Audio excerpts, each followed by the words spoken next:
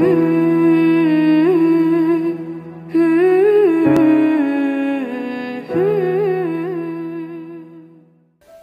antara nikmat yang sering kita nggak sadari itu adalah nikmat Allah menyelamatkan kita dari banyak kerugian. Kalau keuntungan kan kita tahu nih, karena wujud kan.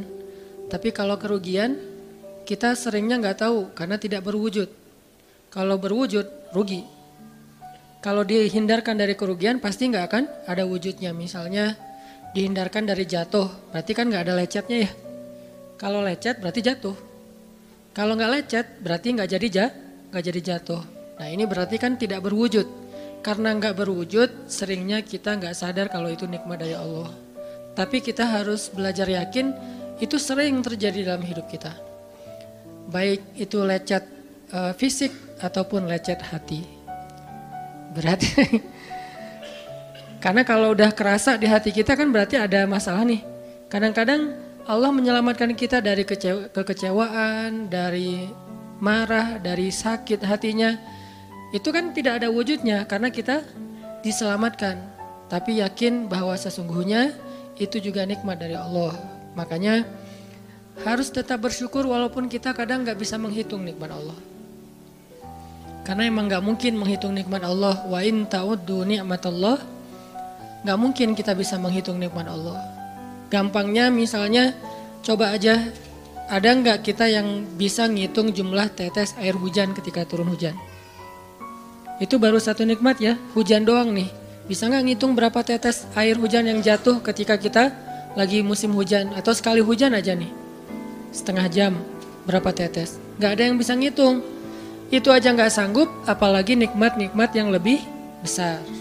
Nah jadi tetap walaupun kita nggak sadar nikmat Allah apa, tapi kita pakainya bukan cuma dengan logika. Hidup saya kayaknya gini-gini aja logikanya nih. Tapi kalau kita beriman sebetulnya nggak gini-gini aja. Hidup kita tuh harusnya lebih parah dari ini nih. Hidup kita tuh harusnya banyak masalah. Cuman sebagian besar masalah udah Allah hindarkan. Udah Allah selamatkan kita dari masalah-masalah itu. Cuman dikasih sebagian kecil sebagai pengingat buat kita. Kadang-kadang kalau nggak dikasih masalah sama sekali kita suka jauh dari Allah. Karena Allah kangen. Di antara hadis kangennya Allah kepada kita tuh, Allah kalau kangen kepada hambanya dikasih ujian. Hamba yang kayak gimana? Hamba yang kalau nggak dikasih ujian nggak deket sama Allah. Sehingga kalau Allah kangen sama kita, yang nggak deket sama Allah nih suka lupa sama Allah, Allah kasih kita ujian. Tapi ujian yang dikasih juga ujian yang insya Allah masih ketahan sama kita. Karena Allah gak mau ngasih kita ujian yang mencelakai kita. Kalau itu terjadi namanya bukan ujian, tapi namanya azab. Dan insya Allah orang beriman gak dapat itu. Yang dapat kayak gitu tuh kelasnya udah kelas Firaun, Haman, Korun, Namrud ya. Abu Jahal, Abu Lahab itu kayak gitu tuh. Tapi kalau kelas orang muslim yang udah beriman cuman gak soleh-soleh amat, insya Allah yang dikasih bukan azab, yang dikasih adalah ujian.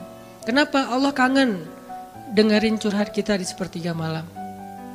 Allah kangen ngeliatin kita menangis dan manja kepada Allah.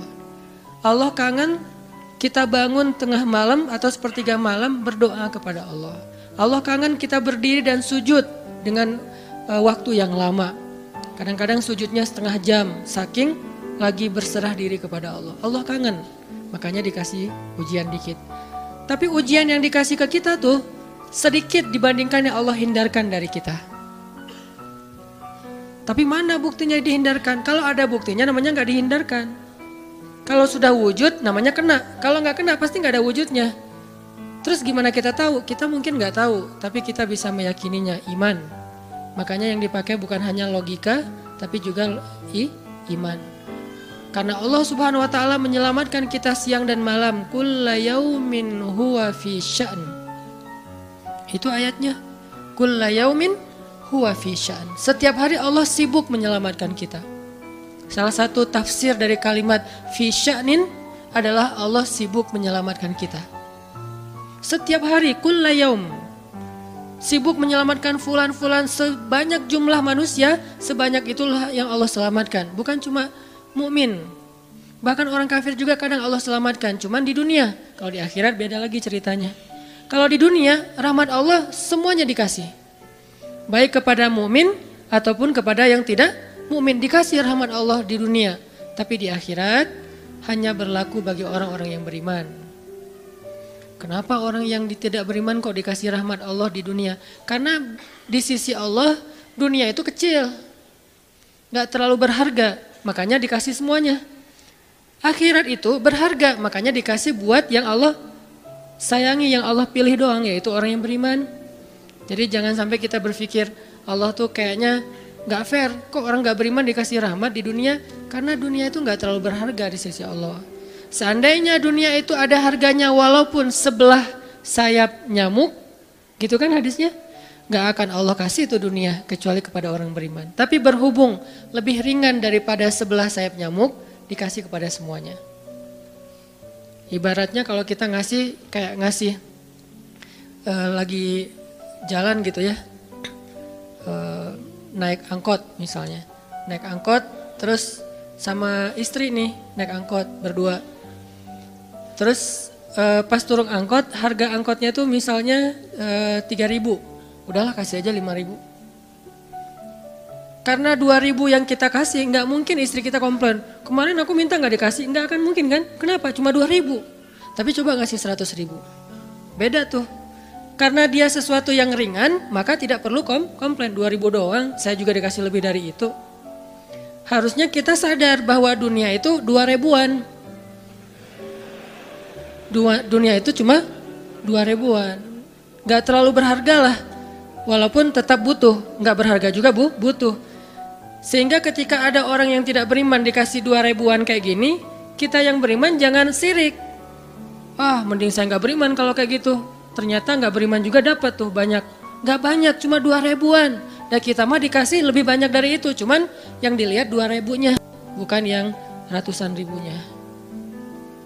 Ini artinya teman-teman, yuk kita tetap belajar bersyukur kepada Allah. Walaupun kita nggak sadar nikmat Allah itu apa. Kita nggak bisa ngitung dengan logika kita. La tuhsuha, nggak mungkin bisa dihitung dengan logika. Tapi kita masih punya logika iman. Yang kita yakin, kulla yaumin huwa fi sya'n. Setiap hari itu Allah ngasih nikmat buat kita. Setiap hari itu Allah menyelamatkan kita dari banyak masalah. Setiap hari. Bukan pernah tuh dulu gua nyelamatin lo. Enggak. Setiap hari diselamatin. Kita ada orang yang kadang-kadang nyelamatin kita dari satu musibah. Itu kan berjasa dan kita kayak ngingat seumur hidup kan ya. Dianggap kayak orang yang paling berjasa dalam hidup kita. Dulu hampir putus gara-gara dia gak jadi putus gitu. Nyambung lagi dalam bentuk yang halal misalkan ya. Berarti kan dia paling berjasa nih. Kalau gak gara-gara dia nih udah putus tuh. Kalau gak gara-gara dia udah cerai nih. Alhamdulillah gara-gara si fulan, gara-gara ustadz itu, gara-gara teman saya, gara-gara orang tua. Kita yang tadinya hampir bercerai, gak jadi bercerai kan dia berarti berjasa banget dalam hidup kita. Menyelamatkan rumah tangga. Allah menyelamatkan kita dari yang kayak gitu-gituan tuh kulla yaum, setiap hari. Kalau yang belum menikah, setiap hari Allah menyelamatkan kita dari zina. Apalagi kita hidup di zaman fitnah. Apalagi kita hidup di kota besar kayak di Bandung. Yang fitnahnya mungkin lebih besar daripada di desa. Dengan mudah kita bisa terjerumus ke dalam dunia-dunia yang kayak gituan. Mudah banget. Tapi setiap hari diselamatin. Besok diselamatin lagi, lusa diselamatin. Walaupun seringkali Allah pengen nyelamatin kita, kitanya aja yang kekeh gak mau diselamatin. Udah jatuh, Allah selamatkan dari apa? Dari makin terpuruk. Kadang-kadang kan jatuh ketiban tangga nih. Jatuh doang gak ketiban tangga. Allah selamatkan. Kalau gak diselamatkan 100%, minimal diselamatkan sebagiannya. Supaya kita gak benar-benar hancur. Itu sering. Yang pernah merasakan masa-masa kelam di masa lalunya. Harusnya kan ketika kita dulu kayak gitu kita mungkin udah mati kali ya. Yang sering tawuran misalnya. Yang sering tarung di jalan. Alasannya alasan sepele gitu. Kayak kemarin saya pas ke Jakarta ada acara di daerah Bintaro tuh lagi jalan. Ada tawuran pelajar. Pada bawa golok, bawa samurai, bawa celurit segala macam. Kita agak-agak kaget karena kita platnya plat D gitu kan. Agak bahaya nih di Jakarta soalnya. Langsung kita gimana nih plat, masa mau ditutup pakai tangan, nggak mungkin kan ya mobil. Akhirnya la haula aja. Coba bayangin, mungkin sebagian kita pernah ngalamin masa kayak gitu dan mungkin lebih parah. Yang kayak gitu-gitu mah udah jadi kayak sarapan lah. Kalau nggak makan siang, kayak gitu-gitu. Udah sering. Kenapa masih bisa selamat dan sekarang bisa duduk di masjid? Kalau bukan karena Allah menyelamatkan kita. Jadi kalau ada yang cerita ke saya tuh tentang pengalaman masa lalunya yang luar biasa kelam, saya tuh selalu bukan takjub ke dianya, takjub ke Allahnya. Bukan takjub karena dia bisa berhijrah, takjub karena Allah masih menyelamatkan dia dan menghijrahkan dia. Sehingga ketika dengar cerita kayak gitu, yang kita ucapkan adalah Masya Allah, Alhamdulillah. Bukan, wah hebat lo ya, dulu pernah bunuh orang, pernah ini, pernah semua dosa pernah gue lakuin dah. Itu gak perlu bangga, karena kalau dia gak diselamatin Allah, dulu udah celaka dengan dosa-dosa itu. Tapi karena Allah selamatkan, akhirnya dia diberi kesempatan. Bikin dosa dibiarin sama Allah. Bikin dosa dibiarin, bukan dibiarin berbuat dosa, dibiarin supaya dia kembali kepada Allah, dikasih kesempatan. Dan itu gak sehari, bertahun-tahun kan kita kayak gitu. Masih aja Allah biarin, masih Allah kasih kesempatan. Ini artinya teman-teman, benar kulla yaumin huwa fi sya'an. Setiap hari itu Allah selalu jagain kita. Setiap hari itu Allah selalu nyelamatin kita dari banyak masalah. Kalau yang udah nikah, mungkin di hari-hari pertama atau tahun-tahun pertama nih pengalaman pernikahan ya. Ya nggak apa-apa deh. Sedikit lah ya, saya mah nggak terlalu berpengalaman. Ada yang lebih berpengalaman dari saya lah ya, ada sedikit pengalaman. Biasanya orang yang baru nikah ujiannya itu 3 tahun pertama. Kalau dia bisa ngelewatin masa 3 tahun pertama, insya Allah agak lebih mudah ke depannya. 3 tahun pertama ini paling berat. Apalagi kalau dia nikahnya, alhamdulillah gak pacaran. Kalau pacaran kan ujiannya udah sebelum nikah udah banyak ujian ya. Pas sudah nikah ya udah selesai. Bukan udah selesai ujiannya, udah gak ada yang perlu udah hambar aja. Udah plain ya. Pernah gitu Ustaz? Enggak sih. Untung ya, untung. Alhamdulillah gak pakai pacaran. Soalnya yang pacaran diputusin melulu.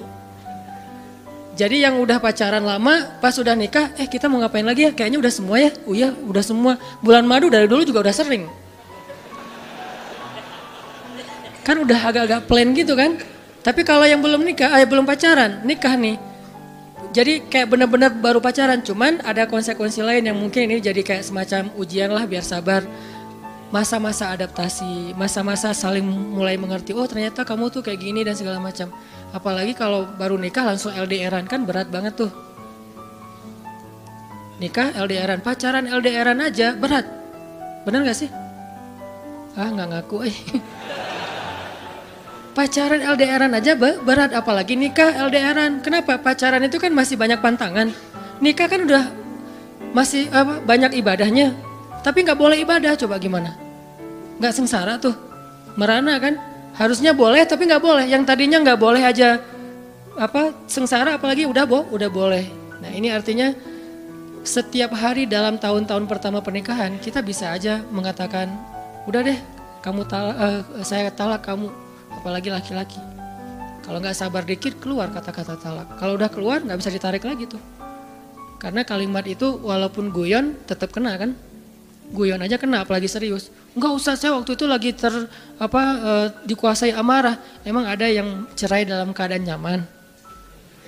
Kita talak yuk gitu. Nggak ada kan. Yang namanya cerai pasti marah tuh. Jadi nggak ada istilah gara-gara marah terus talaknya nggak berlaku, nggak. Maksud marah yang nggak berlaku talak itu kalau sampai hilang akal. Tapi rata-rata kita masih berakal sih walaupun marah juga. Karena ada orang yang marah tuh kemudian dia jadi kayak orang yang gila gitu gara-gara marahnya itu hilang akal. Tapi kalau masih berakal, masih mukallaf, masih bisa berpikir, ya namanya cerai nggak ada yang nggak marah. Yang namanya cerai pasti marah. Aku talak kamu. Gak ada, udah talak manggilnya say. Udah gitu pakai emoticon yang love gitu. Tapi talak kan agak-agak klise ya. Gak ada, pasti emoticonnya tuh berderai-derai atau hatinya terbelah kan gitu kan ya. Lagi rame soalnya tuh yang kayak gitu-gitu. Ini artinya bahwa yang namanya talak gak ada nyamannya. Pasti lagi marah dan tetap berlaku teman-teman. Kalau nggak Allah membimbing lisan kita, mungkin hari kedua udah talak tuh. Kalau Allah nggak membimbing hati kita, mungkin bulan pertama udah talak. Berarti kulla yaumin huwa fi sya'an. Sebetulnya kalau dengan logika iman, harusnya kita yakin setiap hari itu Allah pasti nyelamatin kita setiap hari. Cuman karena udah diselamatin jadi nggak ketahuan. Kalau nggak diselamatin ketahuan.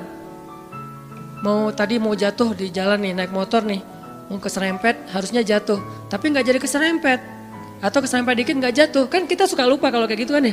Kalau udah jatuh baru ingat, kan saya tadi udah baca bismillah kenapa masih jatuh, gitu kan.